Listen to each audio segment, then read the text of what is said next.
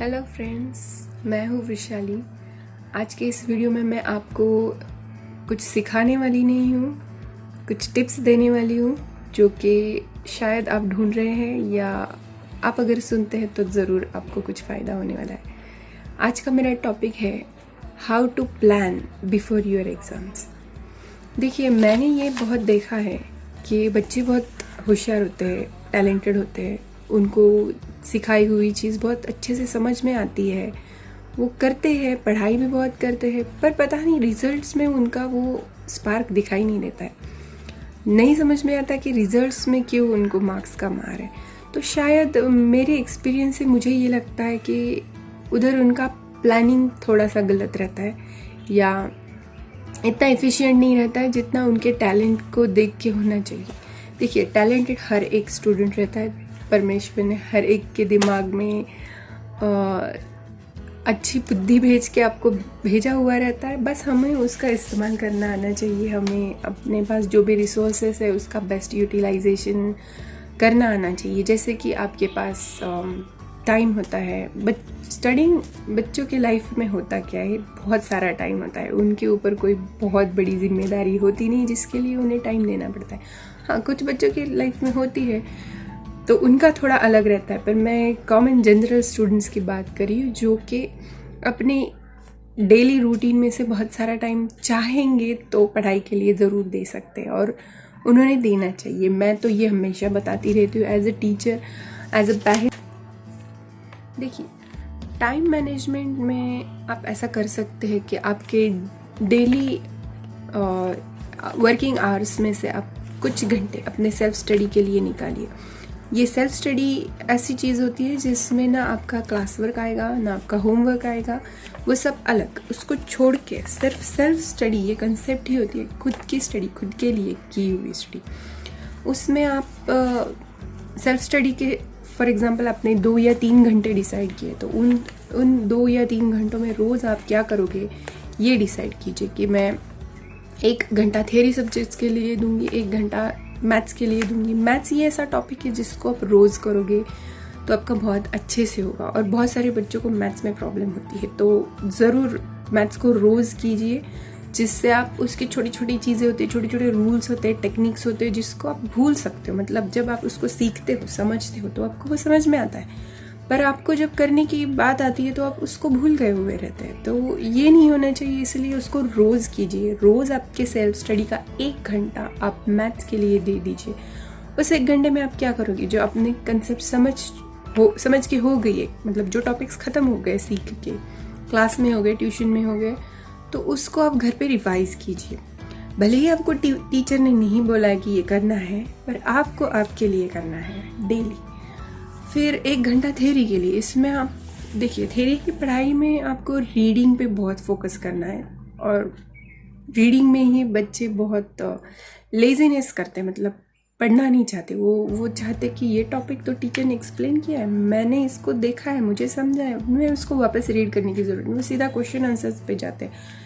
ये नहीं करना चाहिए, बहुत ज़रूरी है रीडिंग।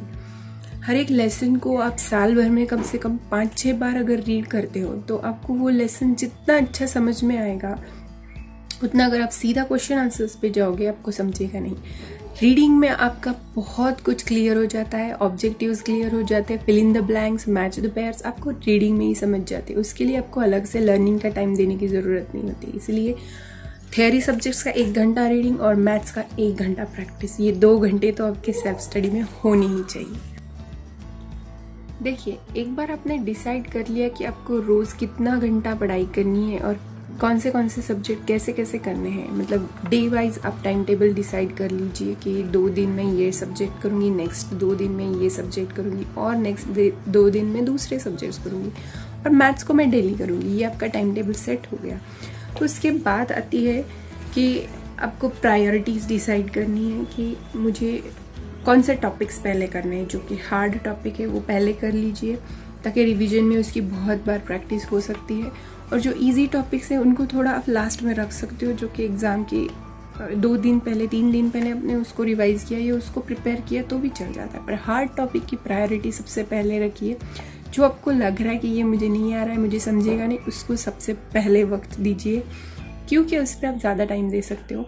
शायद आपको लगेगा भी ज़्यादा टाइम, और अगर आपके पास स्टार्टिंग में आपने उसको लिया तो टाइम होता है, पर अगर आपने एंड में ऐसे टॉपिक्स को लिया तो आपके पास ना टाइम बचता है, और आपको जो प्रेशर आता है, टेंशन आता है, उसके कारण आप पूरा पढ़ाई का मतलब पढ़ाई टेंशन के कारण आपकी हो नहीं पाती है। तो प्रायोरिटीज़ डिसाइड कीजिए कि which lesson should I take first. अब जब आपने डिसाइड कर लिया कि मुझे कितना वक्त, क्या सब्जेक्ट करना है, कौन सा टॉपिक पहले करना है, ये सब डिसीजन आपका हो गया, उसके बाद उसको इम्प्लीमेंट करते वक्त आपको उतना ही डेडिकेशन से वो पढ़ाई को कंप्लीट करना है। सिर्फ डिसीजन अच्छा होना ज़रूरी नहीं है, उसका इम्प्लीमेंटेशन बहुत ज़रूरी होता है, वो आपसे होना चाहिए।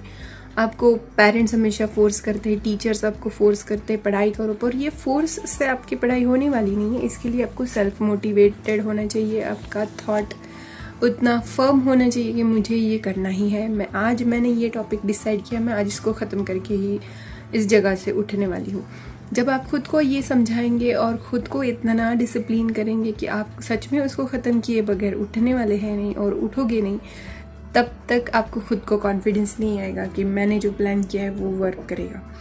देखिए, आपका प्लान होना जितना ज़रूरी है उसका इम्प्लीमेंटेशन भी उतने ही अच्छे तरीके से होना बहुत ज़रूरी है, तो उसका ध्यान रखिए। इसके बाद आता है रिसोर्सेस, मतलब आप पढ़ाई के लिए कौन कौन सी चीज़ें इस्तेमाल करने वाले हो, कौन से बुक्स रेफ़र करने वाले हो, या कौन से इंस्टीट्यूट्स को आप फॉलो करने वाले हो, उनके नोट्स होते हैं, उनका ट्यूशन्स होता है, कुछ भी, ये सब चीज़ें आप साल के पहले ही डिसाइड कीजिए प्लीज़।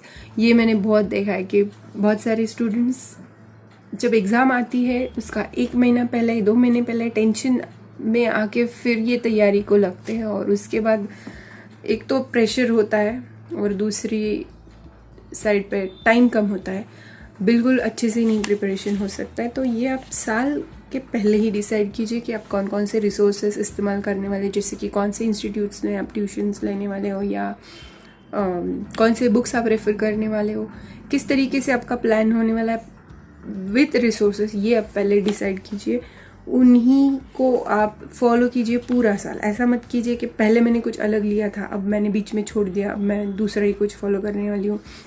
इससे क्या होगा, आप बहुत कंफ्यूज हो जाओगे, आपके दिमाग में पढ़ाई छोड़ के ये कन्फ्यूजन ही जगह ले लेगा, और टेंशन के कारण आप जो एफिशिएंटली आपका परफॉर्मेंस दे सकते हो वो नहीं दे पाओगे। तो पहले प्रॉपर प्लान कीजिए विथ रिसोर्सेज, मतलब रिसोर्सेज के बारे में आप अच्छे से डिसीजन लीजिए, पहले ही डिसाइड कीजिए, और एक बार आपने जो डिसीजन ले लिया उसको आप एंड तक फॉलो कीजिए, बीच में उसको छोड़ के दूसरी चीज़ों के पीछे मत भागिए।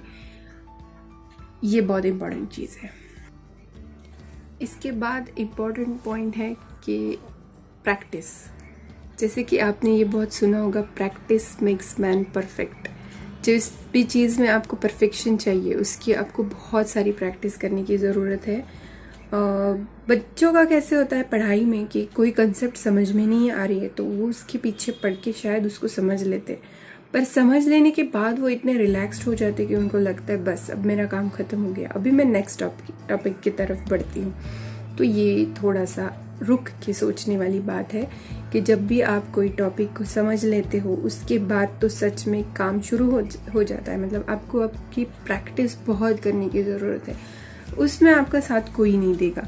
मतलब टीचर्स भी आपको समझाएंगी, सिखाएंगी और टीचर आगे बढ़ सकती है, पर आपको वैसा नहीं करना है। आपको जो कंसेप्ट समझ में आ गई, अभी आप रिलैक्स्ड हो गए कि समझ में नहीं आ रहा था, अभी समझ में आ गया, पर मुझे अब क्या करना चाहिए। जो आप समझ गए उसको आपके दिमाग में पक्का करने के लिए आपको उसकी बहुत सारी प्रैक्टिस करने की ज़रूरत है।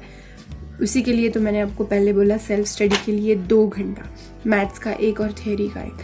तो ये जो सेल्फ स्टडी का टाइम है इसमें आपको ये प्रैक्टिस करनी है। इसमें आपको अलग अलग क्वेश्चन सॉल्व करने, जो भी आप कर चुके हो उसके अलावा इससे रिलेटेड और कुछ है उसको देखना है।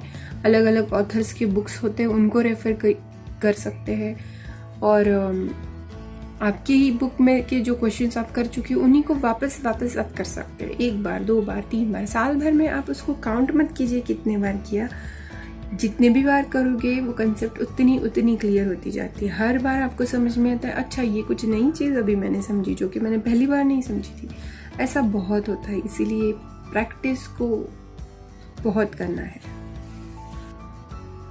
ये प्रैक्टिस का ही एक पार्ट होता है कि आप पुरानी क्वेश्चन पेपर्स को सॉल्व करके देखना, और या फिर जो भी क्वेश्चन पेपर आपके पास अवेलेबल होंगे उनको टाइम सेट करके आप प्रॉपर, जैसे आप एग्ज़ाम देते हो उस तरीके से आप एग्ज़ाम का ही पूरा एटमॉस्फेयर पहले से ही फील कीजिए। घर पे ही आप 3 घंटे का टाइम डिसाइड करके, जैसे आप एग्ज़ाम में बैठ के एग्ज़ाम देते हो उस तरीके से आप ही इधर अपनी खुद की एग्ज़ाम लीजिए। उन पेपर्स को किसी से चेक करवा सकते हो तो चेक करवा लीजिए, अगर नहीं है तो खुद ही थोड़ा सा टाइम निकाल के खुद ही चेक कीजिए। आपको चेकिंग में भी समझ में आ जाएगा कि टीचर का पॉइंट ऑफ व्यू क्या होता है, आपकी गलतियाँ कैसे आती हैं, और आपको किस तरीके से और अपनी पढ़ाई में इम्प्रूवमेंट करना चाहिए, ये आप समझ जाएंगे। तो ये पुराने पेपर्स को सॉल्व करना बहुत इम्पोर्टेंट चीज़ है। और एक चीज़, जब भी आप पढ़ाई का प्लान डिसाइड करते हो या जो कुछ करते हो उसके बेसिस पे आप ऑनेस्टली सब एफर्ट्स लोगे और करोगे, उसके बाद आपका जो रिजल्ट आएगा उसका कंपैरिजन आप अपने ही पुराने रिजल्ट से कीजिए। कभी भी आप आपके फ्रेंड्स के रिजल्ट के साथ खुद का कंपैरिजन बिल्कुल मत कीजिए। एक क्वेश्चन और आंसर का कंपैरिजन उनके मत कीजिए। खुद के क्वेश्चन आंसर का कंपैरिजन कीजिए, जो मैंने पिछले टाइम लिखा था अब मेरा इम्प्रूवमेंट कैसा हुआ है। खुद के साथ कंपैरिजन करना बहुत अच्छा होता है, हेल्दी होता है, पर दूसरों के साथ कंपैरिजन करना बहुत अनहेल्दी होता है। कभी भी मत देखिए उनके मार्क्स, उनका जो कुछ भी है उससे आप मेंटली डिस्टर्ब हो जाओगे, आप डिस्ट्रैक्ट हो जाओगे आपके प्लान से। फिर आपको लगेगा मैं जो भी डिसाइड करती हूँ वो गलत है, उन्होंने जैसे किया वैसे मैं कॉपी करके देखूंगी तो मेरा अच्छे से होगा। ऐसा कभी भी नहीं होता है। किसी और का प्लान आपके लिए कभी वर्क नहीं करेगा। आपका खुद का प्लान, आपके खुद के डिसीजंस, आपके खुद के मोटिवेशन हमेशा आपके काम में आएंगे। इसीलिए दूसरों के साथ कंपैरिजन बिल्कुल मत कीजिए। करनी ही है कंपैरिजन तो खुद के रिजल्ट से ही कीजिए, पुराने रिजल्ट से आज का कंपैरिजन कीजिए, ताकि आपको समझ में आएगा आपको फ्यूचर में और क्या अच्छा करना है। इस टॉपिक पे मैं चाहूँ तो बहुत बड़ा लेक्चर दे सकती हूँ, पर मैं अभी ये वीडियो यहीं पे रोक रही हूँ। इतने पॉइंट्स पे आपने काम किया तो भी आपको बहुत हेल्पफुल रहेगा। तो आप ज़रूर इसको सोचिए, इम्प्लीमेंट कीजिए और आपके रिजल्ट्स ज़रूर अच्छे आएंगे। फ्रेंड्स, ये वीडियो मेरा थोड़ा अलग था। अगर आपको मेरे ऐसे मोटिवेशनल वीडियोस भी पसंद आ रहे हैं तो मुझे ज़रूर फीडबैक दीजिए। मेरे चैनल को शेयर और सब्सक्राइब कीजिए। कमेंट्स में आपकी सजेशन डालिए ताकि मैं और इम्प्रूवमेंट कर सकती हूँ, मुझे थोड़ा मोटिवेशन मिल जाएगा और अच्छा काम करने के लिए। तो आज के लिए इतना ही, मिलेंगे नेक्स्ट वीडियो में। बाय।